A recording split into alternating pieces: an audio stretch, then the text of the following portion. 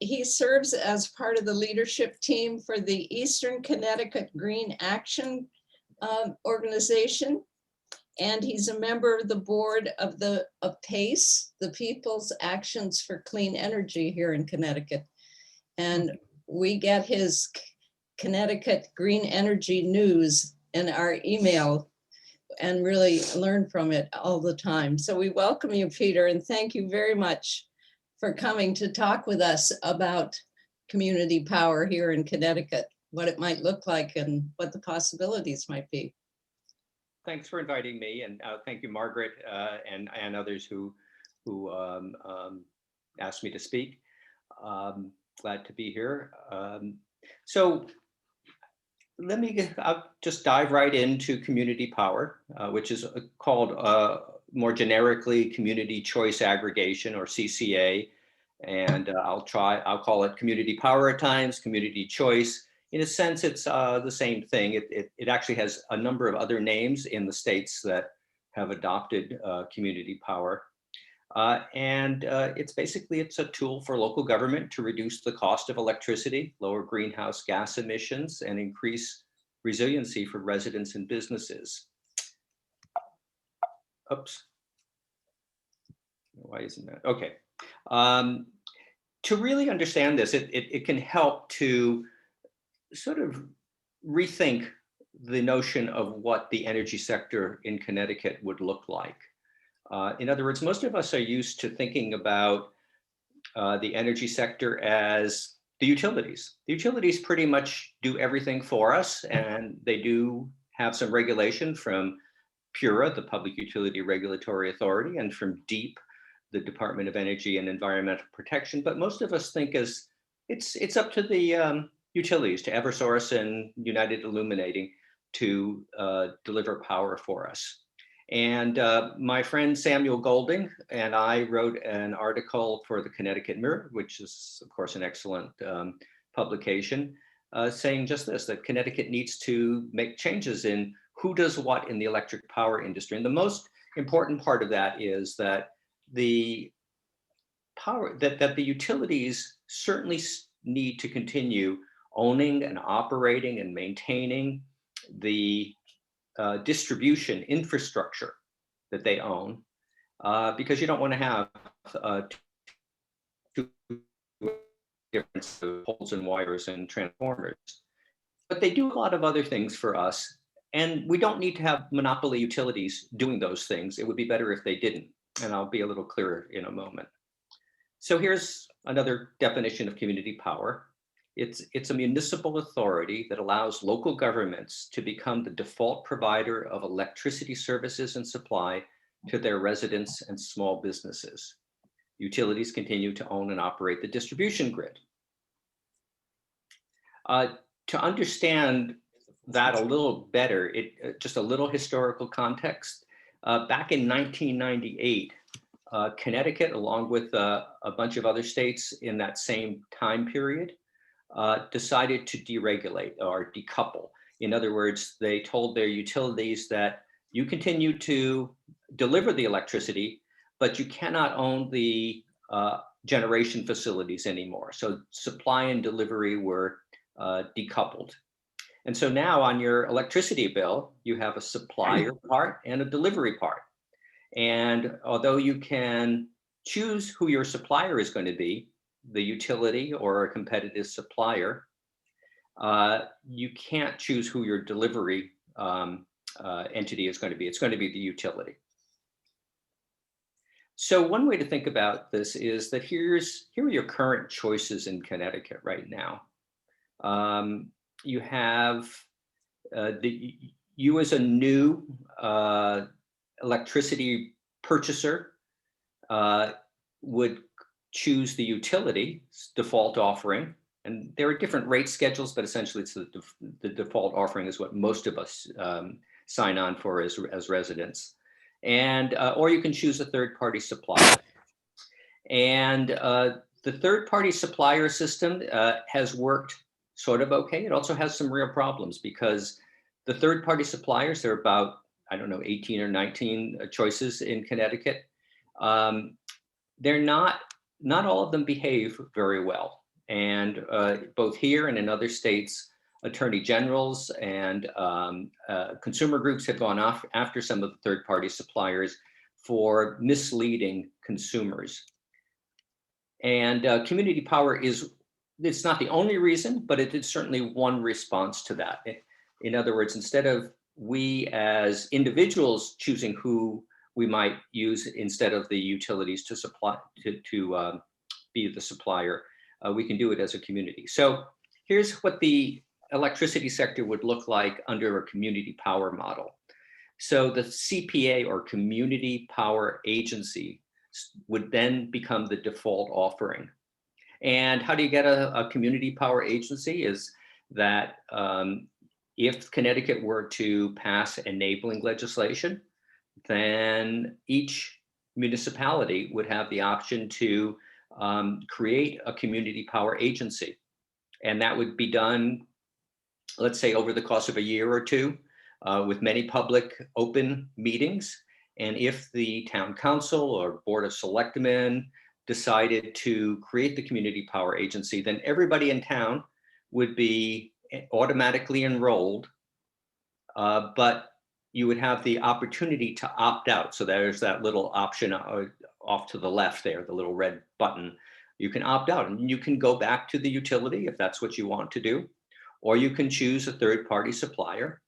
If you had been previously in a third-party suppliers or competitive suppliers plan, then you're not automatically enrolled, but you could opt in at some future time. And that CPA default offering would typically be a little bit less expensive than what the utility is offering. And it would typically be greener. It would have more renewable energy content than what the utility is offering. Doesn't have to be that way in some states, but in Connecticut, that's what we would most likely do. And many community power agencies will say, here's our default offering, and I'm just going to make up a number, and we will have 50% clean energy content, but you can opt up to 100% renewable for a little bit more money. So here's, just to be sure that we're on the same page, here's another way to look at it, which is that over on the left, that's what we have for most of Connecticut. An investor-owned utility does three things for its ratepayers. It goes out and procures power on our behalf. It owns and operates the distribution lines. And then it does all sorts of customer services and programs and reads meters, design rates, et cetera. So that's all the way over on the left, all in blue. So community power, as it has developed across the country, there are 9 states that do it. And there's a version, the original version, which is fairly limited, where the community power agency simply takes over the procurement power, and it can then decide to try and get a better deal for the town ratepayers than what the utility is offering. A better deal would mean less money, more renewable energy content. But the utility continues to do the things that it does now. But what I'm interested in for Connecticut is the more advanced form of community power, where the community power agency, when created, goes out and procures power for ratepayers, but also down at the bottom, this is all the way over on the right, would take over meter reading and rate design and offering modern energy programs and projects to ratepayers.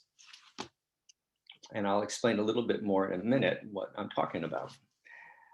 Community power is, if Connecticut enabled it, we would certainly not be the first. And the first state was Massachusetts back in 1997.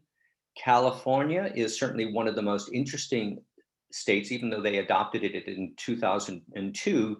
The utilities fought it tooth and nail.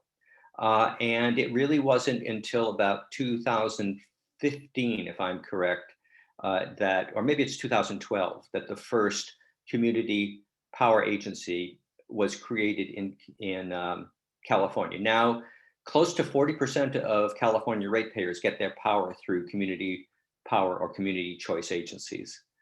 The newest state to adopt community power is our friends in New Hampshire. And I think that for my money, the states that Connecticut should be looking at most closely as we think about community power for us would be New Hampshire and Massachusetts and California.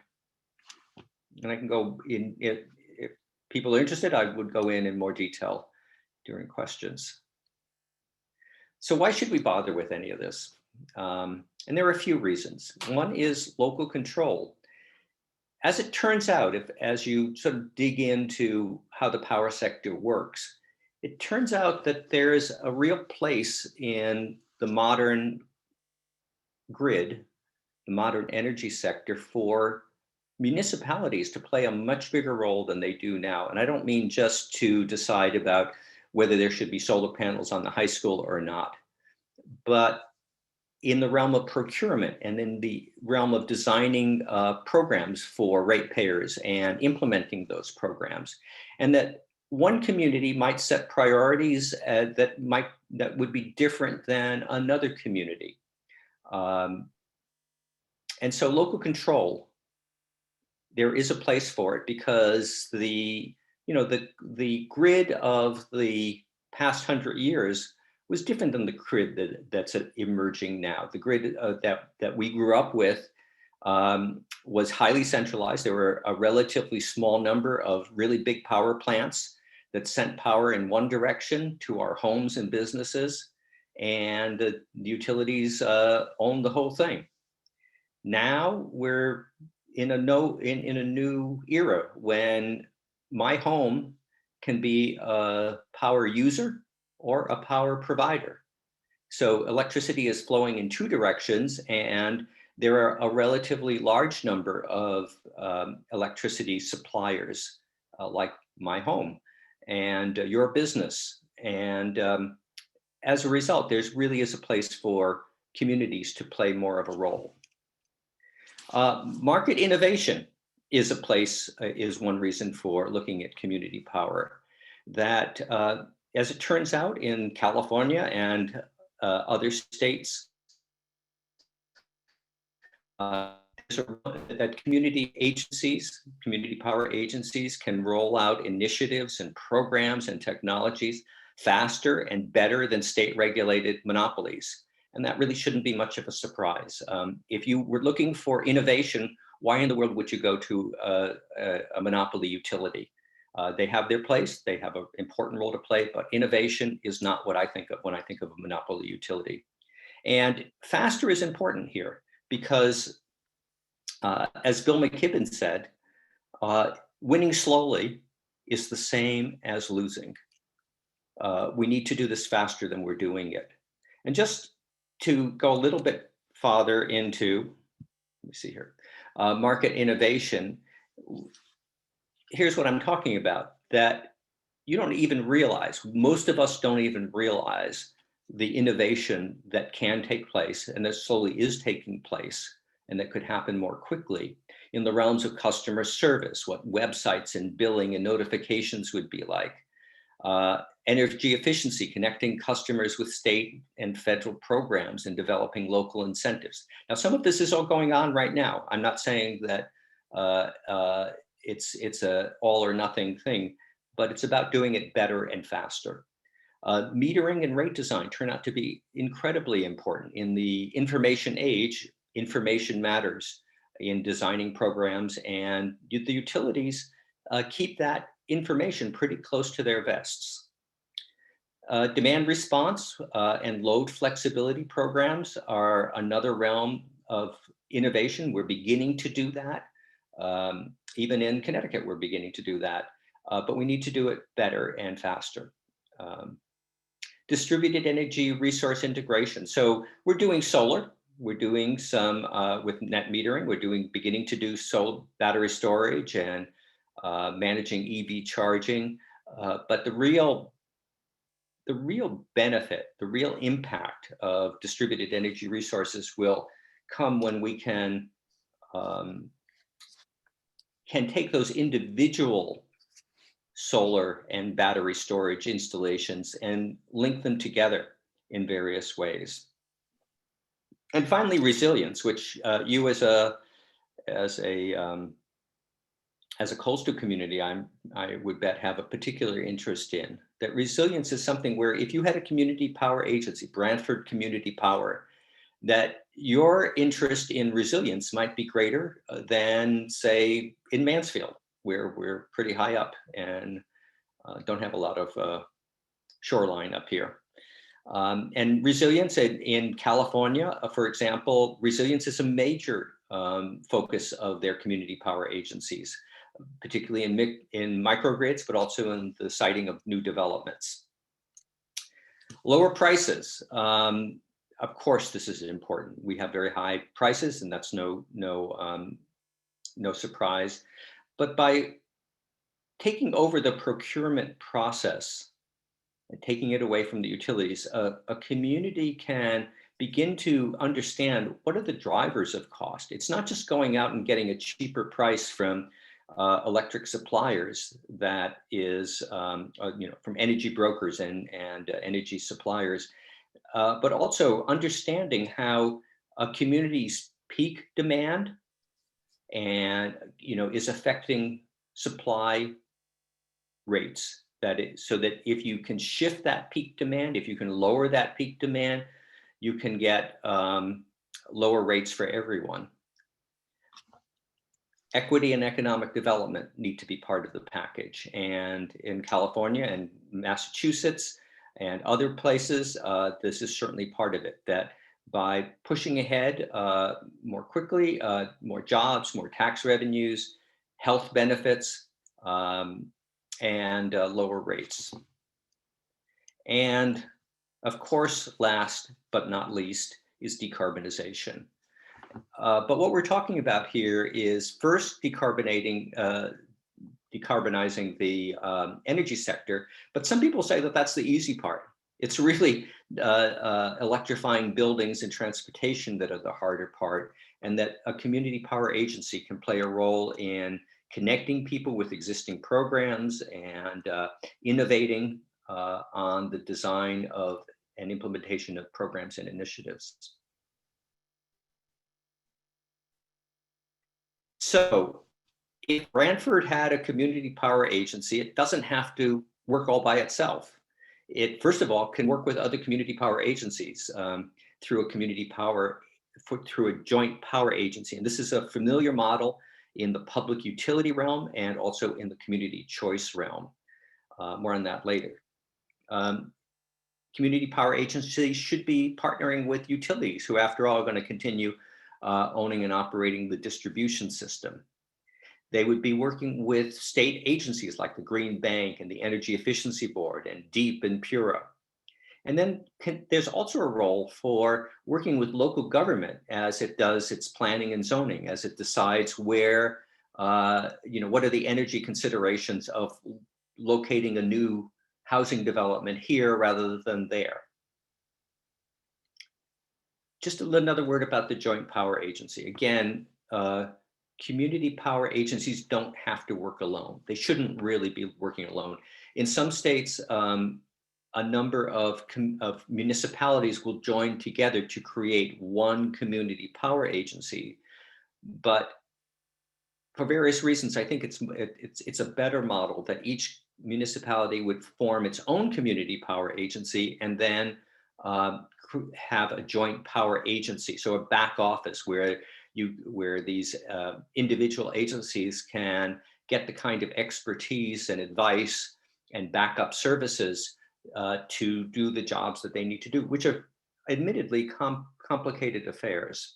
So this is how this is something from Community Power New Hampshire.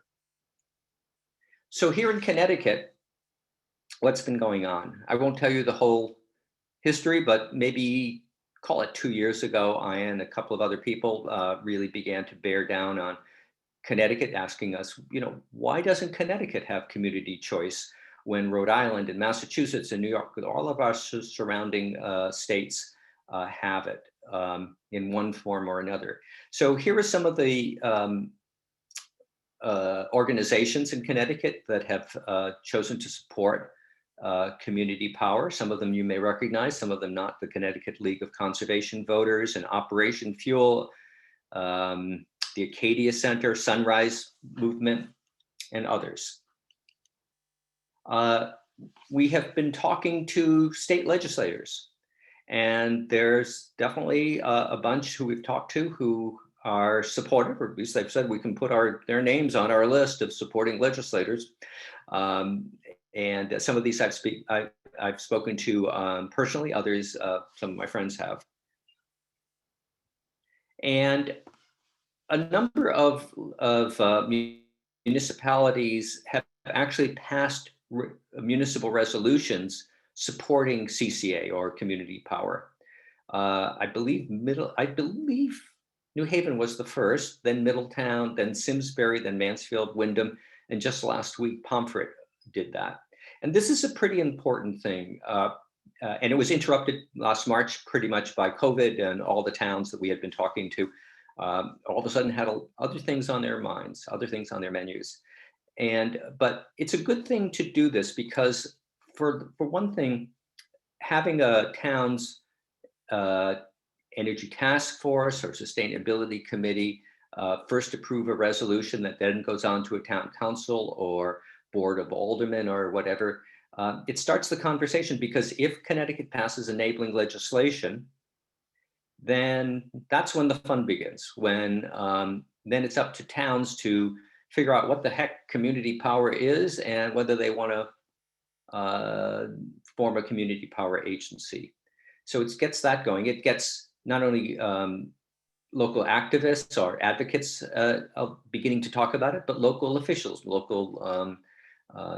various local officials elected and also staff. But it also sends a message to some of those state legislators that there's interest in pursuing this at the state level. The Governor's Council on Climate Change recently put out its report on mitigation, and here's what it said: that PURA, that's Public Utility Regulatory's docket, which I'll get to in a second, could result in legislation to bring this tool to Connecticut as a means of increasing local involvement, targeting efficiency dollars based on local imperatives, accelerating energy resources, increasing options for municipal procurement of green energy. So what is that PURA docket that I was mentioned? Well, here's their webpage. So PURA, a pretty obscure state agencies to many of us. It was to me until I got further into the whole clean energy realm a few years ago. I wrote a letter to them back in May of 2020, asking them to study community choice aggregation. And the reason I did that was that the Energy and Technology Committee was going to direct DEEP, the Department of Energy and Environmental Protection, to study community choice. But because of COVID, that bill plus every other bill in the legislature just sort of went down the tubes. And so in thinking about this and talking to a variety of people, it occurred to me to ask PURA, and a little to my surprise, they said, sure, we will do this on top of all the other work. And I might add, good work that they're doing. So that was back in May. 3 technical sessions later, 30 interrogatories, another set of questions, and a whole bunch of correspondence later. The draft report was tentatively supposed to be issued this past January 14th. They have delayed the release of that report a number of times now. It was supposed to come out today, actually, most recently, but then they yesterday put it off to February 26th. They have a lot of work to do. I don't think this is an easy subject for them to study. So those are the breaks. But I'm, of course, keenly interested in how they come down on community choice. So where do we go from here? Well, I thought I would have the PURA study by now, but in any case, passing more resolutions is a good thing. And if Brantford wants to do this, if you and Brantford want to bring this to town government, then I would be glad to help. I can give a talk like this to whomever you would like, and I can provide a sample resolution. And this is a really important part of the going forward. Form a community power Connecticut. This is something, this is more of a note to me that New Hampshire started to create a community power organization, which I have resisted because it just takes a lot of effort to run an organization. But I probably should have done that, and but that needs to be done. But all of that should come before or could go after passing enabling legislation. That's really one of the most important thing to get done right now. And as I said, then things really get interesting. Forming, it'll be then up to individual municipalities or groups of municipalities to form community power agencies. And so I'll just leave you with this, that legacy thinking will not solve legacy problems. And what I'm really getting at there is that thinking that the utilities are going to do or should do pretty much all the stuff that they've done in the past is a route to a very slow transition. And I think the community power has a real benefit. If you look at some of the most progressive states on climate action in the country, Massachusetts, New York, California, all have community power in one form or another. And I think that that's interesting. So with that, I would be glad to take questions. I think we are maybe a small enough group. Thank you, Peter. That was very informative, and your visuals were so helpful to get the picture. We do have time for questions, and I think if we view the whole group, we could probably just raise hands for questions, don't you think? I have one, if I could kick it off. Sure. Peter, what is the posture across the country of public utilities toward community power agencies? Do they see it as a threat to their continuing monopolies, or are in some cases helping to expedite the creation of CPAs? Public utilities, and just so we're all on the same page, public utilities do all the things that a investor-owned utility does. It procures power. Significantly, it owns the distribution system within its territory. It owns the wires and the poles and the transformers. And then it also does customer-facing services. As far as I know, I've never seen anything to indicate that public utilities, so like Norwich has a public utility and Meriden, I've never heard that there's any antagonism or threat. For one thing, I don't believe that you could even, they're just in their own lanes. I've just mentioned that some people will say, well, instead of community choice agencies, why not just create public utilities like Norwich or Meriden or some of the other municipalities in Connecticut? And the reason I don't think that's a very good idea is that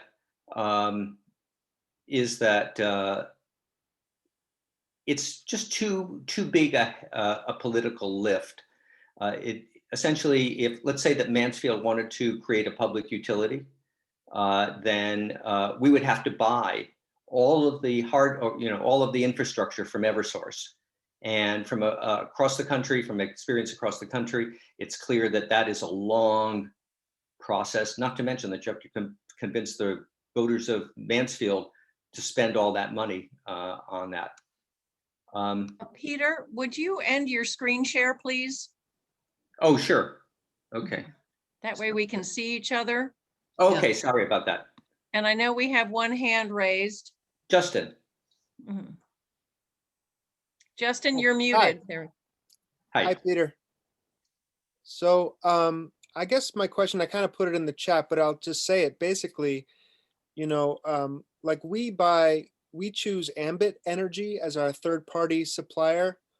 I don't know if you're familiar with them, but one of the plans they offer is called like 100% renewable New England wind energy plan, right? So we pay more for that. I think it's maybe 12 cents per kilowatt hour versus whatever Eversource is offering, which I think is a lot cheaper, like 8 or 9 or something. But I pay it because I care. I just want my footprint to be low. I don't care, I mean, we can afford to, so I happily pay it because I just want to have a low carbon footprint. But, municipalities, if they face that choice, my guess is, they want to save money, they need to control their budget. So I guess my question is, just because they have the control, what else what's going to keep them from making that decision, or what gives them the power to lower their carbon footprint of the electricity, and keep the cost competitive with Eversource? Because for me as an individual, that doesn't seem to be competitively priced right now. Sure. Well, first of all, to be clear that let's say that Brantford or Brantford in conjunction with some other municipalities formed a community power agency, you would be totally free to continue buying power from the competitive supply from Ambit. But I know that what you're getting at is the ins and outs of the energy markets. Every time I think that I kind of understand it, I then find out I don't really understand it. But I do understand this, that community power agencies across the country manage to provide more renewable energy content for less money than what the incumbent utility is offering. And one other thing about that is that in many of the states, the CCA, or the Community Power Agency, is required to meet the renewable portfolio standard, just as the utility is. So at worst, the Community Power Agency would provide as much renewable energy content as the utility, which I think in Connecticut is probably around 20% right now, or 22% or something like that. But just to make a point about the different models of community power. So in most of Massachusetts, and in Ohio and in Illinois, the way that a community power agency or community choice agency operates is that it hires an energy broker. And that energy broker will go out and try to get a lower price with more renewable energy content. And they seem to manage to do that, but they do that through renewable energy certificates. That's the only way that they do it.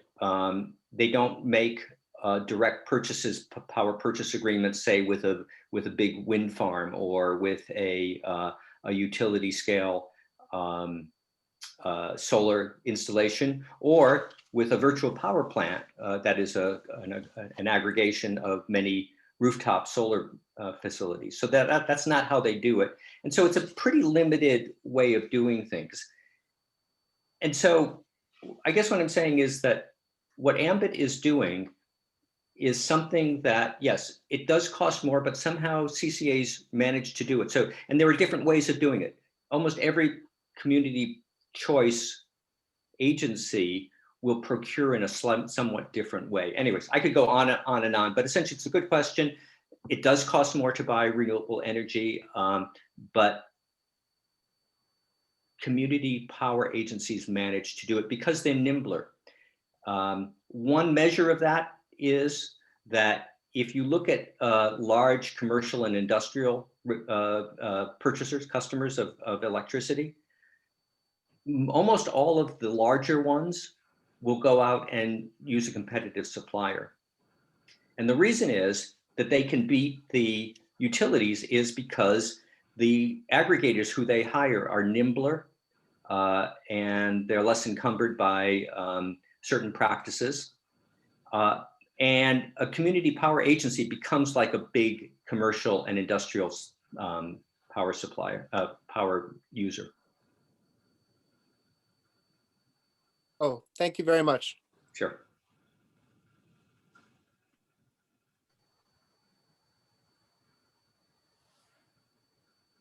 I have a question, Peter Otis. Gus Speth convinced me about 1998 to get into Sterling. So we've been 100% renewable for quite a while. And so I like Justin, I'm very glad that I can pay the extra, but would love to learn more about this community stuff. Last few days, I've been driving up Interstate 91. There's a big sign around Wallingford that said, we've got the cheapest electricity in New Hampshire or something. What's their story? Are they another one of these ones like Meriden and some of the other places that they're their own utility company, or what's Wallingford doing? I believe that is that they do have a public utility, and so a municipal authority that owns and operates the distribution system as opposed to the transmission system, and sets rates and decides how to, what kind of meters people will have and how to do that. Public utilities are a mixed bag, just as frankly, community choice agencies and utilities are all somewhat different from each other. So some of the public utilities are struggling. Some of them are very innovative.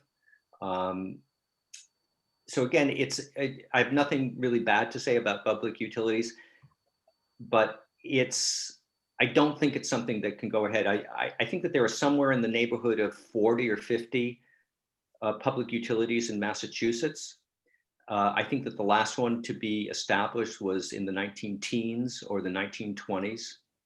And I've spoken to one guy who runs one, and it's a lot of trouble. I just don't think that public utilities are the model that we can create in Connecticut in these days, and don't need to. So apparently the big thing is they're just touting that they got lower rates in an expensive state. I guess that's probably what that billboard is telling me. It is, For whatever it's worth. and there's an organization in Connecticut called the Connecticut. Let me see whether I can get this right. The Connecticut Electric Energy Municipal. I can't remember, association, but it's an association. It's a joint power agency of I think 6 of the smaller public utility agencies. Consortium. In Connecticut down. Consortium. Pardon me? Consortium. Consortium? CMAC. Oh, CMAC, right. Thank you.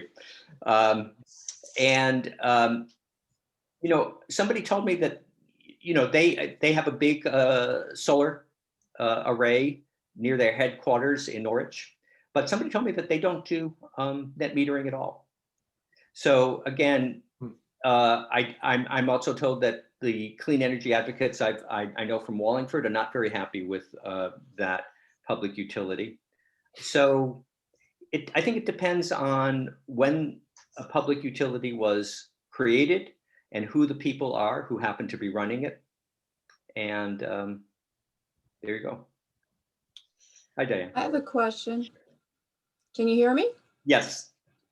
What kind of bureaucracy does a town need to establish to run something like this? I'm thinking of our town staff now that are way overworked. I mean, who's responsible? You've been saying an agency. Do they create an agency, or, I'm not clear. Yeah, well, it's an excellent question. So there are different models. If you were most of the towns in Massachusetts, there's a big exception. But if you were most of the towns in Massachusetts, what would happen is that after going through the process, the very public process of deciding whether to create a community power agency, which, by the way, is not an agency in the sense that the school department is an agency. It's more like an authority that has legal separation from the town, not political separation, but legal separation. That if you were Newton, Massachusetts, You would create a community choice. I think they call their community choice energy, or community choice agency. And there would be a little bit of staff time at the beginning, but essentially you would hire one of the 3 big energy brokers that operate in Massachusetts, who would then do everything for you. And the beauty of that model is it's simple and it doesn't cost the town anything. And the amount of interaction between the town and the energy broker and this entity, this agency entity, is minimal. I'm told. I don't have any firsthand experience. The downside is that it's a very limited form of community choice. Again, the broker does everything. It's mostly they go out and they try and get you a lower price, and they'll try and get you a few more renewable energy certificates than what the state requires. In California, there's a different model. And what they do is that the community power agency, the community power agency typically is county-wide. So you have a number of municipalities creating an agency that they all contribute some funds to. But that the community power agency, once it's established, is self-funding, that essentially they become a little power company, and they have excess revenues, and those excess revenues pay for their staff. And the interaction between the municipality and the community power agency is mostly through advisory boards.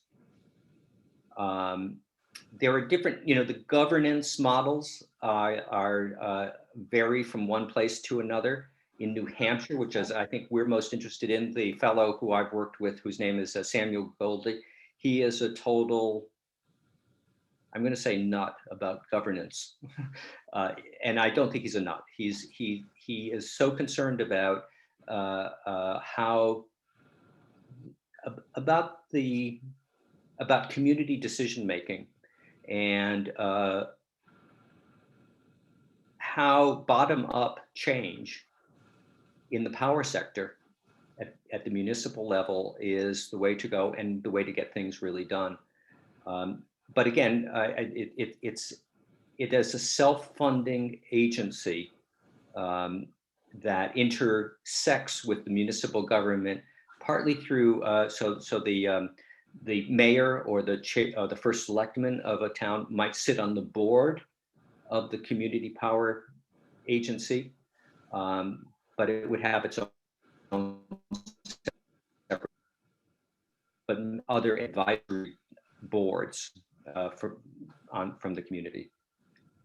I doubt that that's as clear as I would like to make it, but I hope it helps. Yeah, helps. Thanks.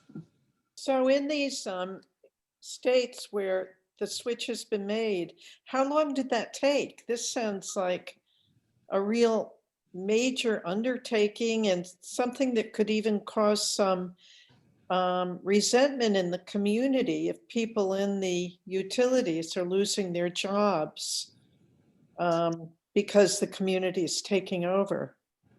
How long would you say something like this takes? Well, so let's start at the point where the Connecticut State Legislature perhaps passes enabling legislation. Then it would be up to individual municipalities to make a decision whether to go ahead or not and look into it. That's the first decision. Are we interested?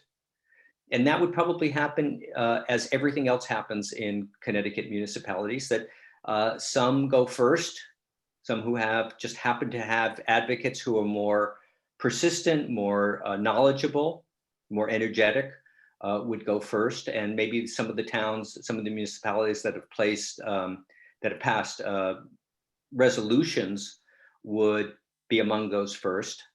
And then, so that might take up a year or so to go through the public process, because everybody wants to be, you want to be sure everybody is on board.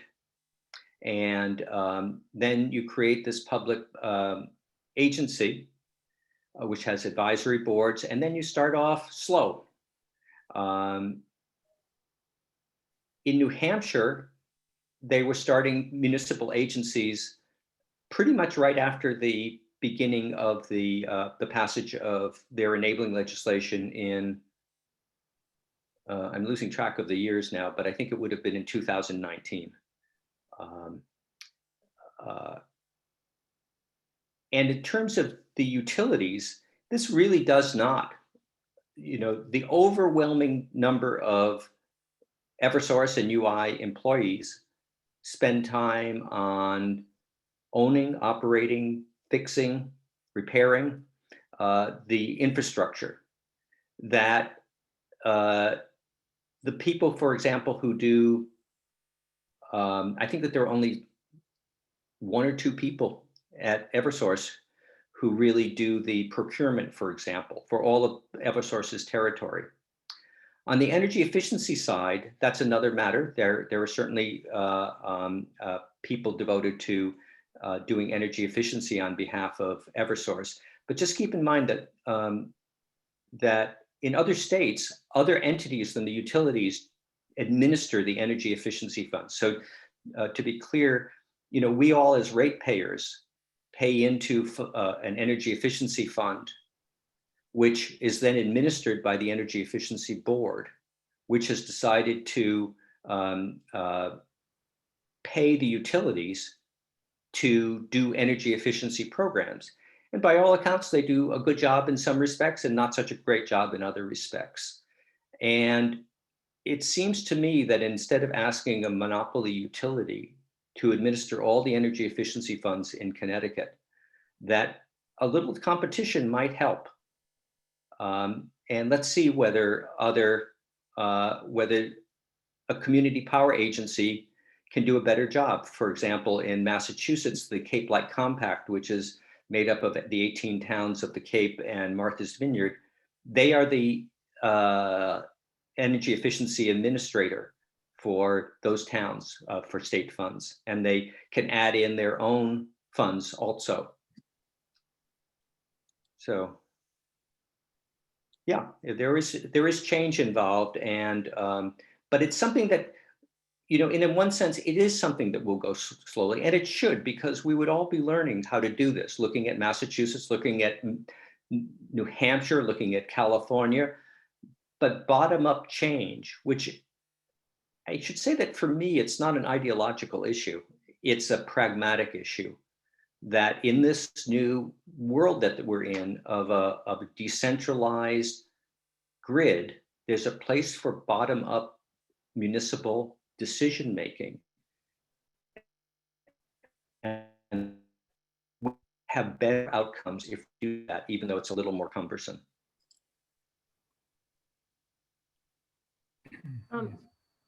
So what are the largest blunders that communities have made when they start to go down this road that we should avoid? Sure. Well, depending on who you ask, one thing that, for example, New Hampshire has strongly rejected is what some people would call the Massachusetts model, or the Massachusetts model, or the broker model, in which the interests of the municipality, or the municipality's ratepayers, and the interests of the broker are strongly aligned, but they're not perfectly aligned.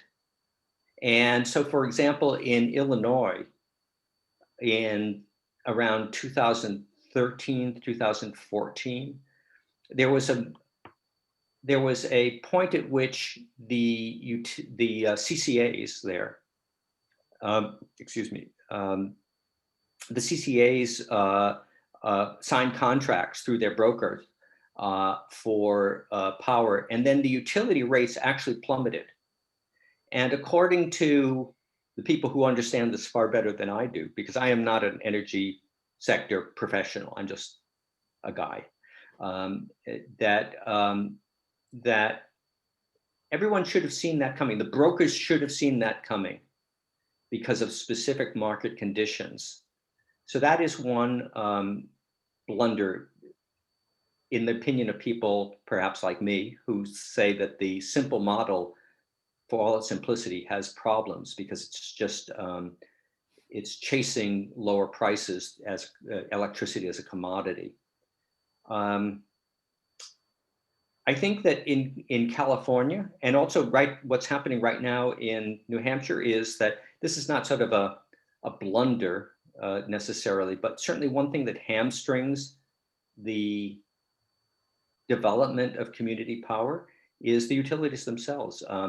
In California, they actually had to pass a bill preventing utilities from spending money to destroy community power agencies. From what I understand, it was a bitter multi-year fight, and the utilities lost. In New Hampshire, which passed a pretty darn good community power law, Eversource is in the process of trying to eviscerate that law. And so I think that that's not really getting at your question, but I think that hiring the wrong broker, if you're going in that broker model, is probably one of the biggest blunders. I would say that if you rush through the process, you want to bring the community along with you,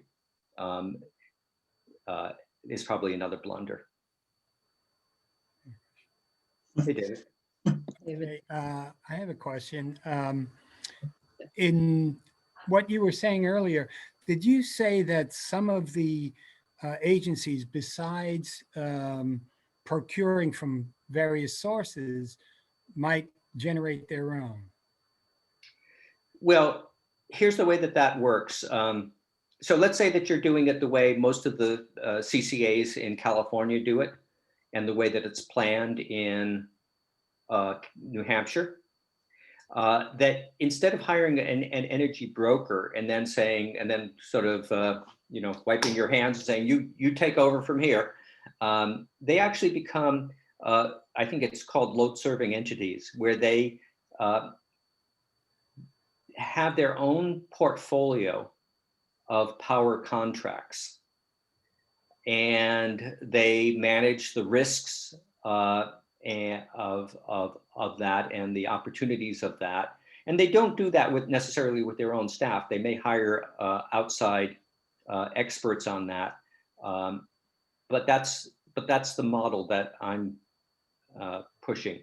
In terms of, there is a discussion within the community choice or community power community about whether such agencies should own new generation facilities or simply sign power purchase agreements with them. So in California, there's certainly what's happening is that the community choice agencies are signing power purchase agreements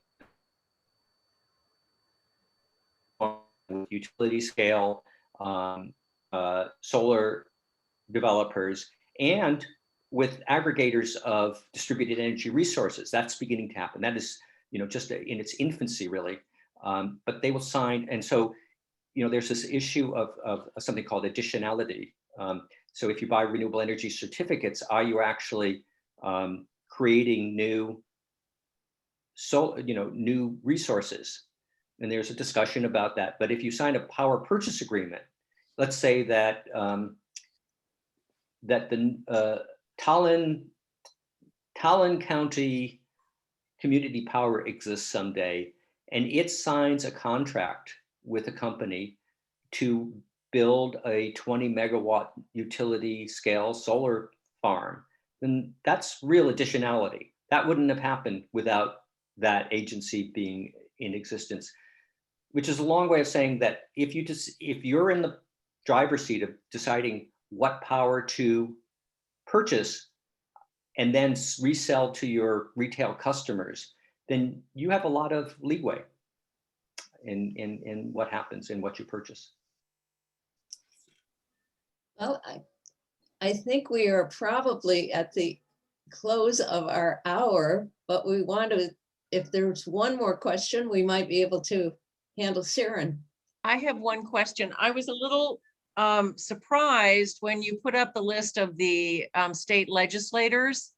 And there were only 4 senators on there, and one of them was not Christine Cohen, who's the chair of or co-chair of the Energy Committee, and she happens to be our senator. So has there been outreach to her? And where does that stand? What do you need from us? The answer is that the more I hear about Christine Cohen, the more I think, well, why didn't I get in touch with her? Because you know, her proposed bill to have a moratorium on fossil fuel plants is just terrific.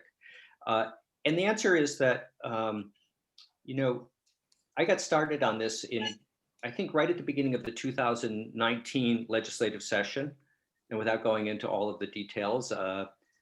It just took a while to get things running. And then from the end of, from the middle of 2019 to the beginning of the 2020 session is when most of, I and a couple of other guys made most of our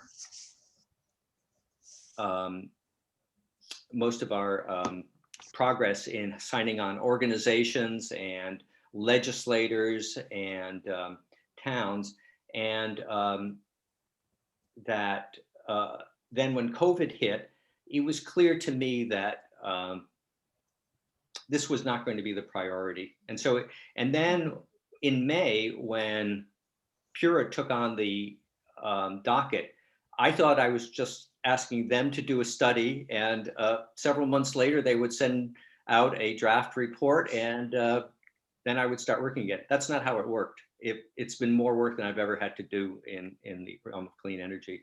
So that's a long way of saying that I have not reached out to all legislators, and your help in making an introduction would be much appreciated. We might be able to figure out how to do that. Just a clarification, Christine's the chair of the Environment Committee. I think it's Norm Needleman, who is from Essex, who's the Senate chair of the Energy Committee. But Christine's heart is definitely in the right place in terms of environment and climate change and things. So should be a good ally. Yeah, and let me close by saying that if this doesn't make total sense to you, well, it's complicated. The energy sector is complicated, and I think that if Connecticut passed enabling legislation, we would learn together. I have asked this question: how come everybody in California understands what community choice is, but I run into very few people here in Connecticut who do? And the people there said we were in exactly the same position. It was a slow going process of understanding the energy sector better, who does procurement, how procurement happens, how energy efficiency funds are spent, and why there can be alternative administrators to the utilities. And that is in fact one of the benefits of community power, that more people have to understand the energy sector. Nobody does. I would include think, myself. I'm still learning. I know I've certainly learned a lot tonight, and I thank you very much, Peter, for taking the time to be with us and explaining many of the complications which are involved. I see we have a lot of members of the Branford Clean Energy Committee here tonight as well. And we appreciate the presentation they did for us earlier in this series. And so glad to see so many of you here tonight and many Trinity people tonight. So thank you, Peter, for doing this. We're most grateful. My pleasure. You're here. And let me know if I can be of any help in, doing a presentation or providing a sample municipal resolution and getting a municipal resolution supporting CCA in Branford. So thank you. Many thanks. Thank you. Good night. Peter, I will see to it that you get the link to the recording. Terrific. Thanks very much. I appreciate it. Bye-bye. All right. Good night, everyone. Good night. Good night. Good night.